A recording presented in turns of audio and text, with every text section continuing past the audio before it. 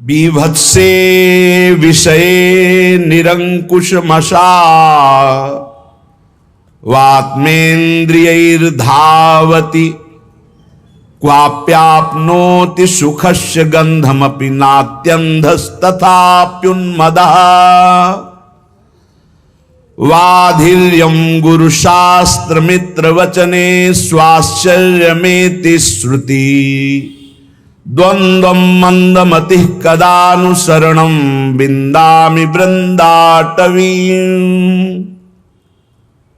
भाई मेरी प्रार्थना मान लो, बीभत्स विषयों में तुम डूबते चले जा रहे हो, अपने स्वरूप का विस्मरण किए, अपने को स्त्री माने, पुरुष माने, बालक माने, जवान माने, विद्वान माने, मूर्ख माने, ये सब मान्यता है।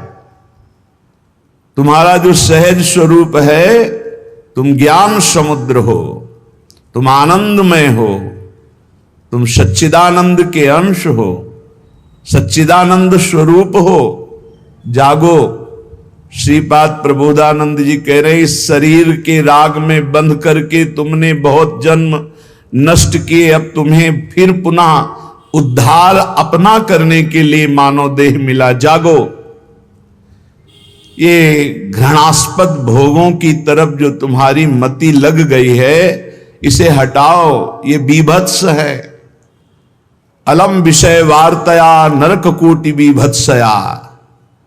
ये विषय वार्ता, विषय चिंतन, विषय दृश्य, विषय भोग, ये करोड़ों नरकों से बीभत्स है, घृणास्पद है। इनको छोड़ दो। तुम सहज सुख स्वरूप हो। सुख कहीं खोजने की जरूरत नहीं है। सुख है हृदय में विराजमान परमात्मा में। तुम हृदय में अंतर्मुखता ना लाकर बहिर्मुख होकर भोगों में ढूंढ रहे हो। अनंत जन्म हो गए, नहीं मिला, नहीं मिल रहा है, नहीं मिलेगा। ये घृणास्पद है। कितना गंदा जीवन जो भगवान से विमुख होकर केवल भोगों में रत है। बीभत्स विषये निरंकुश मशावात्मेन्द्रियैर्धावति क्वाप्यायति सुखस्य गंधमापि नात्यन्धस्तथाप्युन्मदः।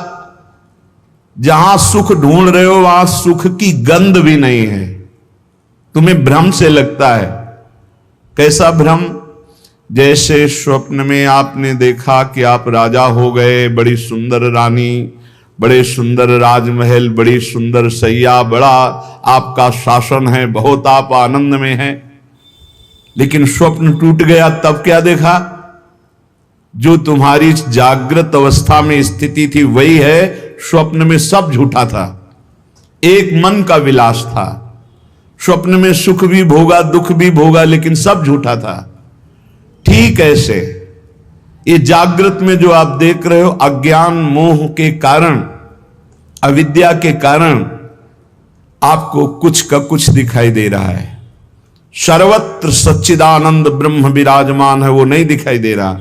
और ये झूठी माया, स्त्री पुरुष नानात्व, तो ये भास रहा है। शायद समझ पाओ। यदि नाम जप कर रहे होगे तो ये बात समझ जाओगे। आपका हृदय खुद आपको अनुभव देने लगेगा कि ये झूठा है संसार। सत्य है तो भगवान सत्य है। जड़ चेतन जग जीव जत सकल राम मैं जान। एकमात्र जड़ चैतन्य में वही सच्चिदानंद प्रभु चिद चिद लक्षणम सर्वम राधा कृष्णमयम जगत। केवल राधा कृष्ण, केवल राम, केवल श्याम, केवल हरि, केवल वासुदेव, केवल शिव, केवल ब्रह्म। जो नाम दो उसी के सब नाम है, वही एक विराजमान है। श्रीपाद कह रहे, इतने अंधे हो गए हो कि तुम गिरते हुए को भी नहीं देख पा रहे हो। पता चल रहा है कि अगला पतिंगा दीपक की लौ में जलकर मर रहा है, तड़प रहा है, फिर भी दूसरा जो स्वस्थ है वो भी आकर्षित होकर उसमें मरने और जलने के लिए जा रहा है। ठीक यही दशा हमारी है। देख रहे हो विषयों के भोग से कितना स्मृतिहीन, चिंता शोक भय से युक्त हो गया है। देख रहे हो विषयों के भोग की लालसा से जेल गया, नरक गया, अमुक दुख भोग रहा है, फिर भी हम उसी की तरफ जा रहे हैं। देख रहे हैं कि इतने दिन भोगते होने पर भी कोई सुख नहीं, फिर भी उसी की तरफ जा रहे। धिक्कार है बुद्धि को। श्रीपाद कह रहे, वाधिर्यम गुरु शास्त्र मित्र वचने स्वाश्चर्य में श्रुति। आश्चर्य है कि गुरु के वाक्य को भी नहीं सुन रहा है, बहरा हो रहा है। वार्धिव्यम, बहरे हो रहे हो। गुरु वाक्यम, शास्त्र वाक्यम, मित्र वाक्यम, श्रुति वाक्यम। न वेद की बात सुन रहे हो, न पुराणों की बात सुन रहे हो, न संतों की बात सुन रहे हो, न गुरु की बात सुन रहे हो, न सच्चे मित्र की बात सुन रहे हो। बस वही मनमानी आचरण करते चले जा रहे हो, भोगों में फंसते चले जा रहे हो। द्वंद्वम मंदमति, फंस जाओगे द्वंद्व में। द्वंद्व कौन से हैं? शत्रु मित्र, मान अपमान, सुख दुख, लाभ हानि, जय पराजय, जन्म मृत्यु। इन द्वंद्वों में फंस जाओगे। ऐ मंदमती, बहरा मत बन। शास्त्र श्रुति सदगुरु की बात मान ले। भोगों में सुख नहीं है। जब धर्म पूर्वक भोगों को भोगा जाता है तो वैराग्य बढ़ता है, और अधर्म पूर्वक भोगों को भोगा जाता है तो वासना बढ़ती, राग बढ़ता है, काम बढ़ता है। नष्ट हो जाओगे। कहीं आज तक किसी को सुख नहीं मिला। जब मिला तो अंतर्मुखता में अपने हृदय में विराजमान सच्चिदानंद भगवान के चिंतन से मिला।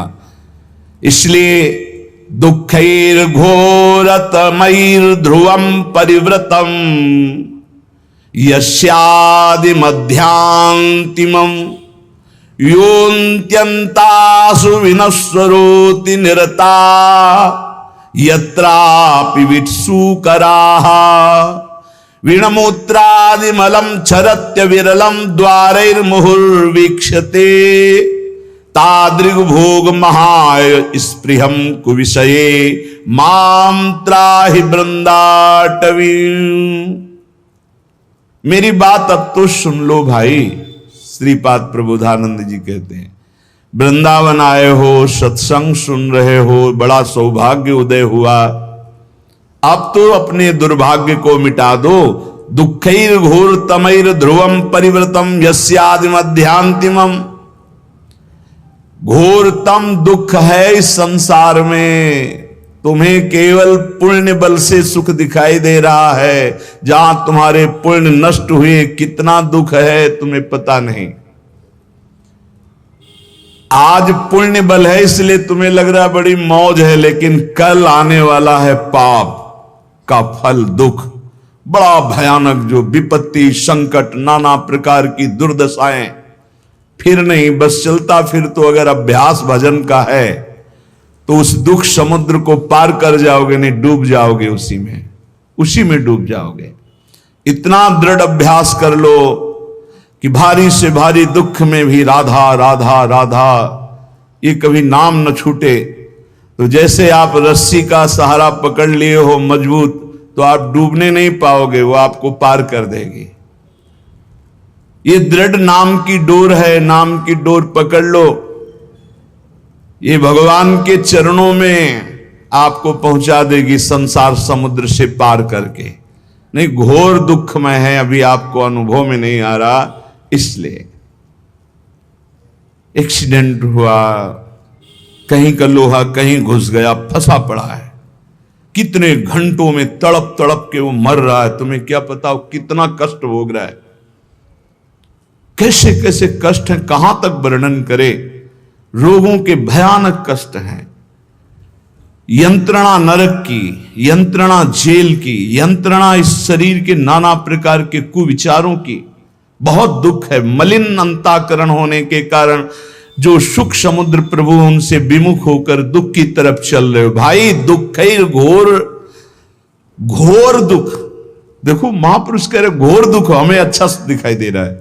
यही हमारी बुद्धि भ्रमित कर रही। हमको अभी अपनी बुद्धि की बात न मानकर गुरुजनों की बात माननी होगी।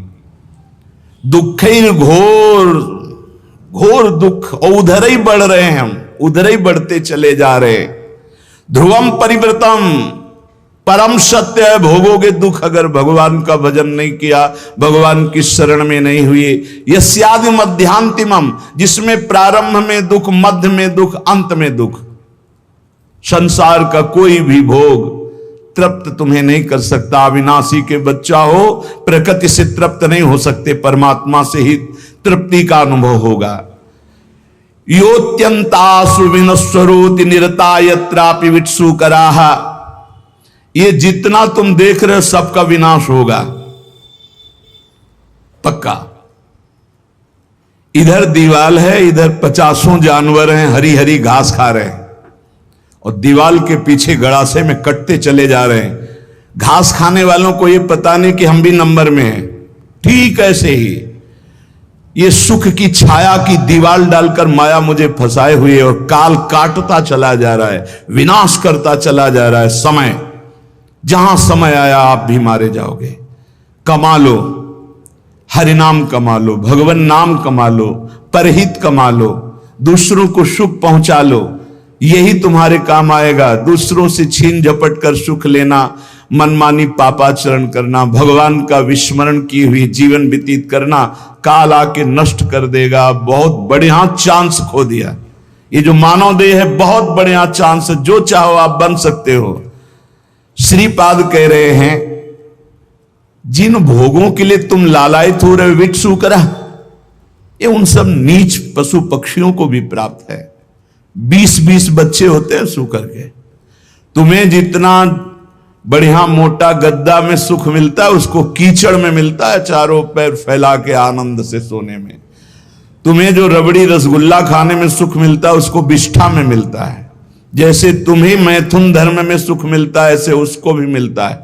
जैसे तुम्हें अपने बच्चों से प्यार, उसको अंतर क्या रह गया? अगर परमात्मा का भजन नहीं हुआ तो तिनते खर सूकर स्वान भले भले इसलिए कि अपने पाप कर्म को भोग कर ऊपर उठ रहे हैं, और तुम मानव देह प्राप्त करके भजन न करके पाप कर्म करके नीचे जा रहे हो। मानव देह प्राप्त करना बहुत दुर्लभ विषय, दुर्लभ हो मानुष्यो देहो। इसलिए श्रीपाद कह रहे योत्यंत्यासु विनश्वरोति निरता, चाहे तुम पत्नी से प्रेम करो, पति से प्रेम करो, पुत्र से प्रेम करो, परिवार से प्रेम करो, जगत से प्रेम करो, कब कौन बिछुड़ जाए कोई भरोसा नहीं। क्यों कह रहे अत्यंत्यासु विनश्वरो, आत्यंतिक बात है, आखिरी बात है, सब नष्ट होगा। यहां बैठा लो। इसी बात ने घर से भगाया था। यही बात पूर्व जन्म के किसी सुकृत भजन के प्रताप से बाल्यावस्था में दिमाग में छा गई। वो ऐसे छा गई कि किसी से कह नहीं सकते थे अपनी बात। कैसे तुम्हें बताए? एकांत में चले जाते रोते, एक अव्यक्त पीड़ा, कोई हमारा नहीं, सब कोई जाएगा, आखिरकार है कौन जो मेरा साथ देगा? मेरा है कौन? बार बार उत्तर आता भागो, इस संसार से भागो। एक भगवान हैं जिनको प्राप्त करने के बाद ये प्रश्न खत्म हो जाएगा। भागो। कोई ऐसा थोड़ी कि समस्या, कोई दुख, कोई घटना। 13 वर्ष की अवस्था में क्या समस्या, क्या घटना? उस समय तो माता पिता के द्वारा पोषित स्कूल का सेवन करने वाले विद्यार्थी, उस समय यही योत्यंतासु विनश्वरोति निरता, सब मरेंगे, सब नष्ट होगा, और सब मर गए। जिन जिन को अपना मान रहे थे सब खत्म। अगर प्रभु की शरण में ना हो तो यहां जिस जिस को अपना मान रहे हो सब छूट जाएगा। इस शरीर को अपना मान रहे हो वो भी छूट जाएगा। तो क्या करने आए हो? बोले सच्चिदानंद की प्राप्ति करने के लिए ये मानो साधन धाम मोक्ष कर द्वारा।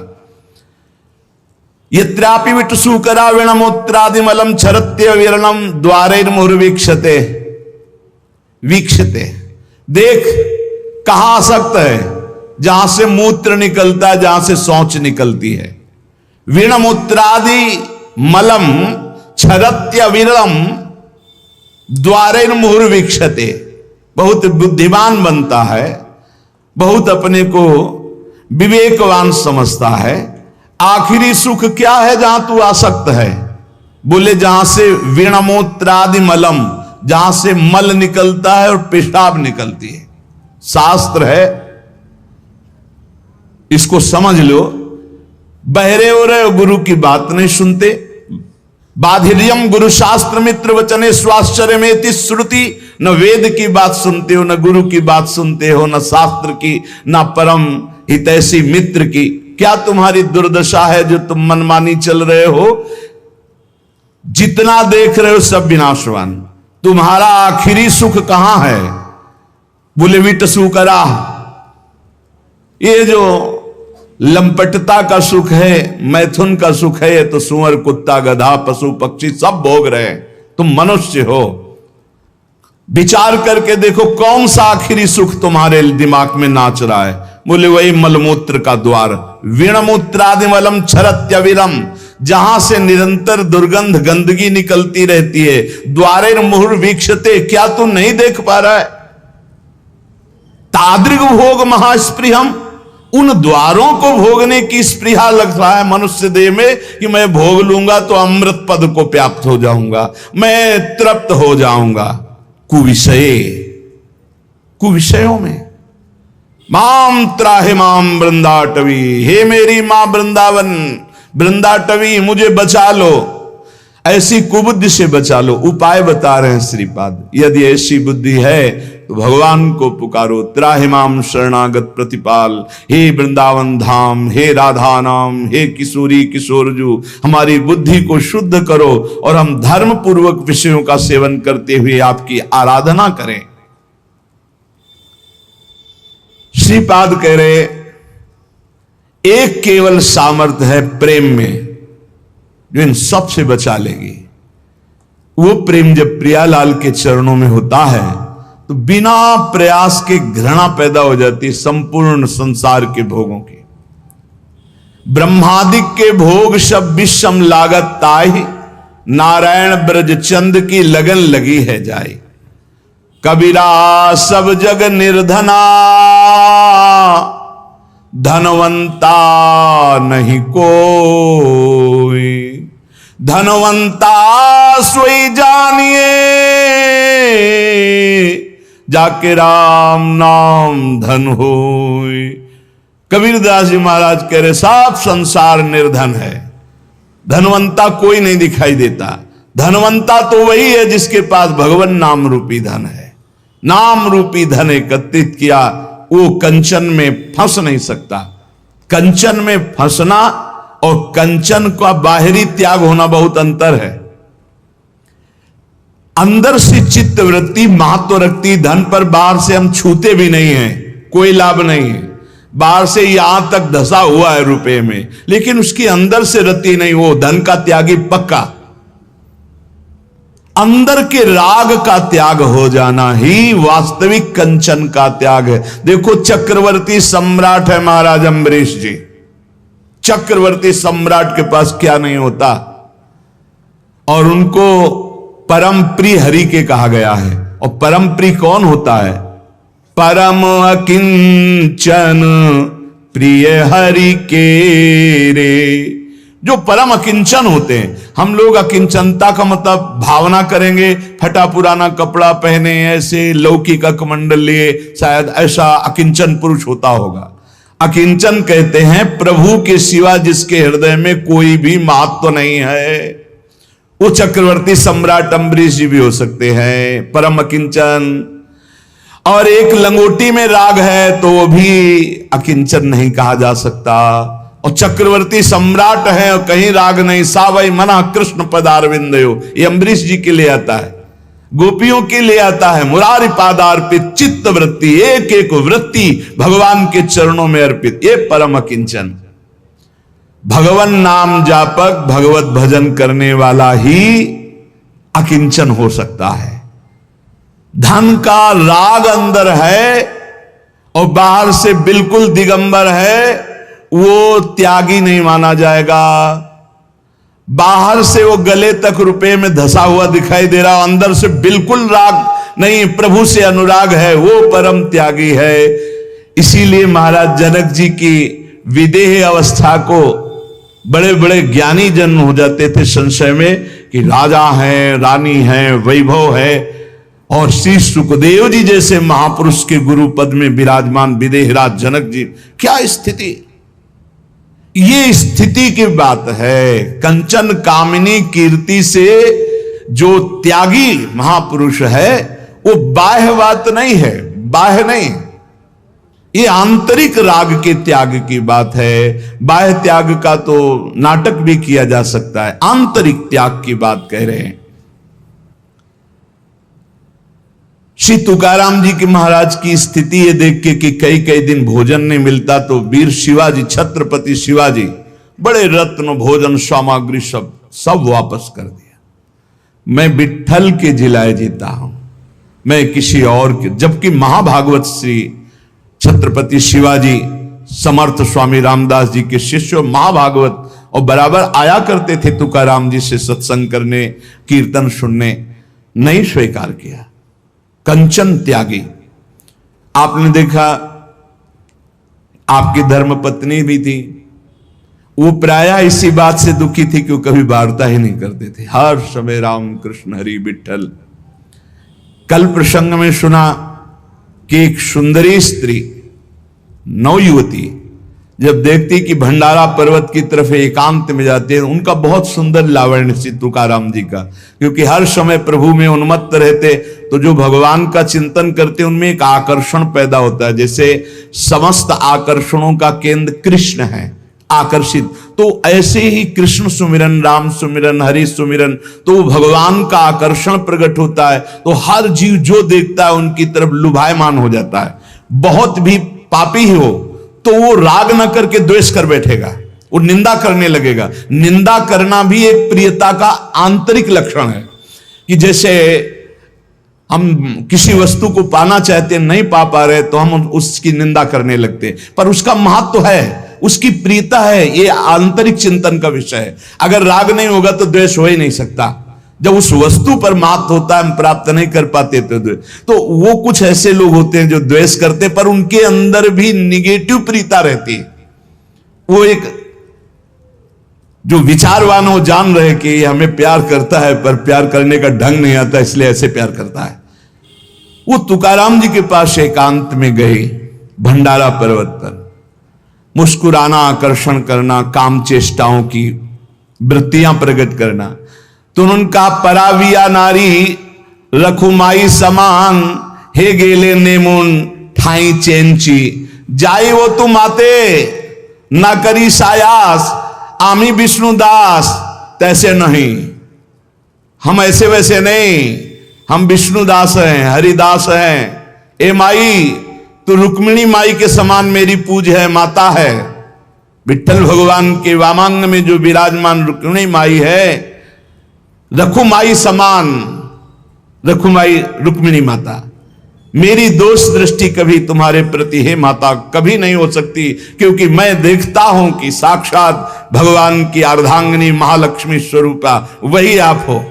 रुक्मिणी माई के समान मैं तुम्हें देख, तुम्हारी ये चेष्टाएं मेरे ऊपर कोई प्रभाव नहीं डाल पाएंगी, व्यर्थ में समय नष्ट मत कीजिए। मैं हरिदास हूं, मैं कोई ऐसा वैसा नहीं हूं।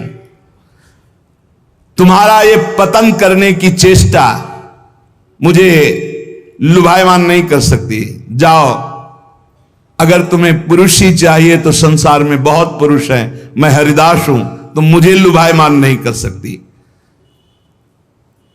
तुकाराम जी की बात सुनकर वो शर्माई, सकुचा गई। तो उनका, तुम्हारी चरण वंदना करता हूं, आप निर्भय और निश्चिंत होकर जाओ। हम कभी तुम्हारी निंदा भी नहीं करेंगे, कभी किसी से कहेंगे ही नहीं, पर हम हरिदास हैं, हम तुम्हारी लुभावनी वृत्तियों पर आने वाले नहीं। कंचन विजयी, कामिनी विजयी। वो बहुत लज्जित हो गई। आपको कोई गर्व नहीं है कि मैं ऐसा नहीं, मैं हरिदास हूं, इसलिए मेरे में हरि कृपा है, तो मुझे हरि बचा रहे हैं। जिनके हृदय में निरंतर भगवान का नाम नहीं चलता, ध्यान से सुनना, उन्हीं को ये काम क्रोध लोभादि वृत्तियां फंसा लेती है, उन्हीं को फंसा। और जहां नाम चल रहा है वहां फंसने की गुंजाइश नहीं रहती। तुकाराम जी महाराज कहते हैं, मनुष्य मात्र की जब इन दो बातों पर विजय प्राप्त करने की सामर्थ्य आ जाती है भजन से, कंचन और कामिनी, तब एक इच्छा प्रकट होती है, कीर्ति हो जाए, लोग हमें जाने। श्री तुकाराम जी महाराज, जब तक परमार्थ में चलने वाले के अंदर ये बात बनी रहेगी कि मेरी प्रतिष्ठा हो, मेरा मान हो, मुझे कोई जाने, तब तक अभी बहुत दूर नगरी, भगवदानंद की प्राप्ति बहुत दूर है। उपासक को अपने मार्ग पुष्ट करने के लिए ये विचार देखना चाहिए कि कहीं ये विचार तो नहीं आ गया है अपने अंदर। जैसे एक नशा में फंसा हुआ, दुराचार में फंसा हुआ, धन के लोभ में फंसा हुआ नष्ट हो जाता है, ऐसे मान में फंसा हुआ नष्ट हो जाता है, ठीक वैसे ही नष्ट हो जाता है। इसलिए उपासक को चाहिए कि नारियल के फल के समान स्वभाव बनावे और नारियल के वृक्ष के समान अपनी चाल रखे, सीधी। सूधो चले आपने धर्म, रसिकन सो प्रीतम का है, कबहू काल वृथा नहीं जाए। सूधो चले आपने धर्म, बिल्कुल अपना जो मार्ग है उसी पे। और रसिकन सो प्रीतम का है, अपना प्यार कहां हो, अपना प्रीतम कौन हो, रसिक महापुरुष हो। कबहू काल वृथा नहीं जाए, एक सेकेंड भी नाम न छूटने पावे। और नारियल फल जैसा, ऊपर देखो जूट, अंदर बहुत कठोर खप्पर, और उसके अंदर बहुत कोमल। ऐसा स्वभाव साधक का होना चाहिए। ऊपर से देखकर लगे कि बहुत झाखर है, रजना मुस, बिल्कुल फंस जाओगे तो बहुत ऐसा लगे कड़ुआ स्वभाव है, लेकिन अंदर बहुत हृदय शीतल। ये रखना पड़ेगा। अगर ये नहीं रखते हो ना तो फिर आप धोखा खा जाओगे। महापुरुष कह रहे हैं ऊपर से नारियल वाला स्वभाव, जूट देखो कितना कठोर जूट, उसके ऊपर कठोर कवर, फिर अंदर मलाई जैसा एकदम, अंदर हृदय बहुत कोमल, लेकिन बाहरी स्वभाव रुक्ष। रुक्ष का मतलब किसी को गाली देना नहीं, बाहरी दिखाई दे, सरस नहीं है ऐसा दिखाई देना। महापुरुषों को देखो, रस के समुद्र हैं, आप प्रणाम करो, नमस्कार, मौज आवे तो भले, नहीं तो देखेंगे नहीं, बोलेंगे नहीं, श्री हरिवंश बोलेंगे नहीं, प्रणाम मतलब ही नहीं, ग्रीवा झुकी अपने आप चले जा रहे हैं। जिसको प्रणाम कर रहे हो तुम्हें फल दे रहा है, वो अव्यक्त परमात्मा सर्वत्र व्याप्त है, उसी की दंडवत है वो प्रणाम नमस्कार से। सत्य और असत्य इसका जिसको ज्ञान है वो कभी अपनी मान प्रतिष्ठा शरीर की स्वीकार ही नहीं करता है। निसंग जो बना रहता है और जिसमें किसी तरह का संकोच न हो, कभी कभी संकोच में साधक मारा जाता है, अपनी बात कहना चाहता है पर बहुत हृदय कोमल है। ये हमारी प्रार्थना है कि ऐसे साधक, ऐसे संतों से बहुत संभल कर व्यवहार करना चाहिए। जिनका बड़ा संकोची स्वभाव, उससे हमारी हानि हो जाती है। वो कहना चाहते हैं पर संकोच के कारण कह नहीं पाते। यदि किसी से खबर दे दे, किसी से सूचना मिल जाए, हमको ठीक वैसे चल देना चाहिए।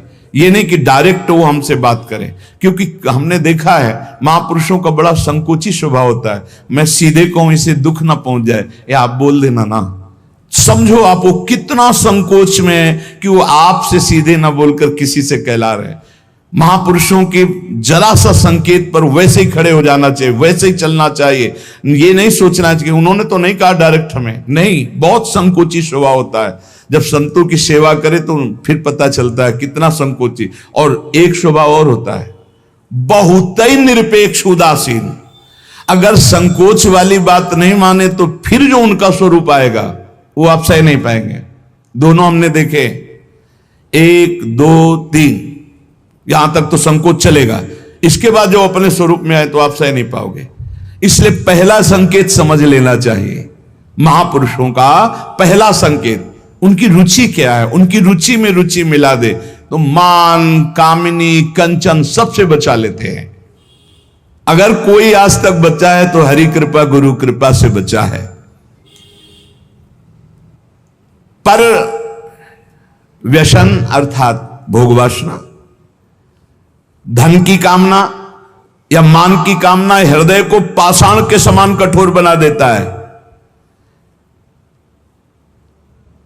2 होते हैं जो ना लोक की परवाह करते हैं ना निंदा की परवाह करते हैं, घोर विषयी पापी पुरुष और एक महान उत्तम साधक, दो होते हैं। पापी पुरुष भी किसी की परवाह नहीं करता, समाज देख रहा है कि नहीं देख रहा, क्या करेगा समाज, क्या, कुछ नहीं देखता, वो जो वासना है वो कर बैठता है। साधक उत्तम उपाय वाला जो भगवत मार्ग में चला, वो भी ये नहीं देखता कि अब हमारी निंदा हो रही, की स्तुति हो रही, संसार क्या कह रहा है, लोक लज्जा है, क्या है, कुछ नहीं देखता। एक घोर दुर्गति को प्राप्त होता है, एक महान सदगति को प्राप्त होता है। श्री तुकाराम जी महाराज को कह रहे, लौकिक मान के पीछे लगे हुए हमने साधकों को नष्ट होते देखा है। आचार विचार लोक लज्जा वैदिक कर्मानुष्ठान यहां तक तो सब ठीक है, लेकिन जब आप भजन करके भगवत प्राप्ति करना चाहेंगे तो आपके पीछे लग जाएगा मान। ये आखिरी खाई है जहां गिरा देता है साधक को। इसलिए 15वें अध्याय में सिद्ध महापुरुष परम पद में जो आरूढ़ महापुरुष, उसका लक्षण जब वर्णन करते तो सबसे पहले निर्माण अमोहाजित संग दोषा। निर्माण, जब कीर्तन से भगवदानंद की प्राप्ति की बात महाप्रभु चैतन्य देव जी कह रहे तो कह रहे सब ही मान प्रद आप अमानी, जो तुलसीदास जी कह रहे वहां अमानी ना मान देनो, बड़े बड़े महापुरुष तुलसीदास जी, सब ही मान प्रद आप अमानी। ठीक इसी को महाप्रभु चैतन्य देव अमानी ना मान देन कीर्तने या सदा हरि। अमानी रहकर दूसरों को मान देना, ये बहुत बड़ी साधक की अपनी साधना बचाने की कवच वृत्ति है। मान कभी स्वीकार न करे। तो क्या प्रणाम करने वाले को डांट दे? नहीं, वो प्रणाम कर रहा अपने भाव से, आप प्रणाम करो अपने भाव से। मेरे प्रभु शम में विराजमान नाथ आपकी जय हो, प्रभु आपकी जय हो। अंदर से बिल्कुल ये स्वीकार न करना कि मेरे को प्रणाम किया जा रहा है, ये अंदर की बात है, बाहर नाटक करने की जरूरत। कुछ साधक ना समझने के कारण दंडवत प्रणाम जो करता है उसको डांटने लगते हैं, झिड़कने लगते हैं। ऐसा नहीं करना चाहिए, ऐसा नहीं। उसकी श्रद्धा और साष्टांग दंडवत कर रहा है, लेकिन किसको? भगवत वेश को। ये वेश किसका है? प्रभु का है, गुरुदेव का दिया हुआ। ये दंडवत गुरुदेव को जा रहे, इष्ट को जा रहे। हम नमन करते हैं उनको, उनकी श्रद्धा को, उनके भाव को नमन करते हैं। पर प्रणाम मुझे हो रहा है, नमस्कार मुझे हो रहा है, यह स्वीकार नहीं करना चाहिए। ये इष्ट और गुरुदेव को हो रहा है।